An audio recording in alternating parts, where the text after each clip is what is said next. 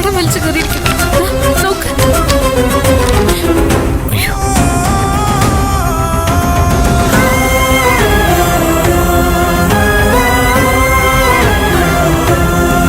കുഞ്ഞ് കരയുന്ന കേട്ട് എന്നോട് പോയി നോക്കിയപ്പോ ആദ്യം അവിടെ നിലത്ത് കിടക്കും.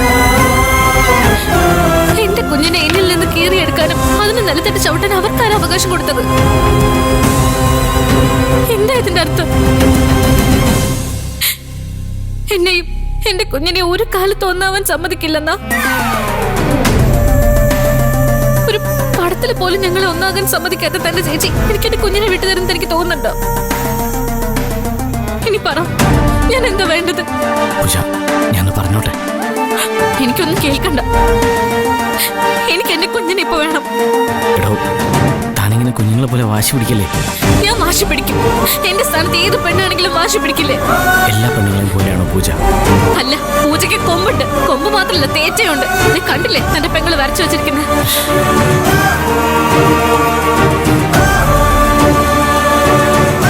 ഇനി എനിക്ക് ക്ഷമിക്കാൻ പറ്റില്ല. പൂജ പ്ലീസ്, ഞാൻ പറഞ്ഞോട്ടെ. എനിക്കൊന്ന് കേൾക്കണം, ഞാൻ പറഞ്ഞില്ലേ?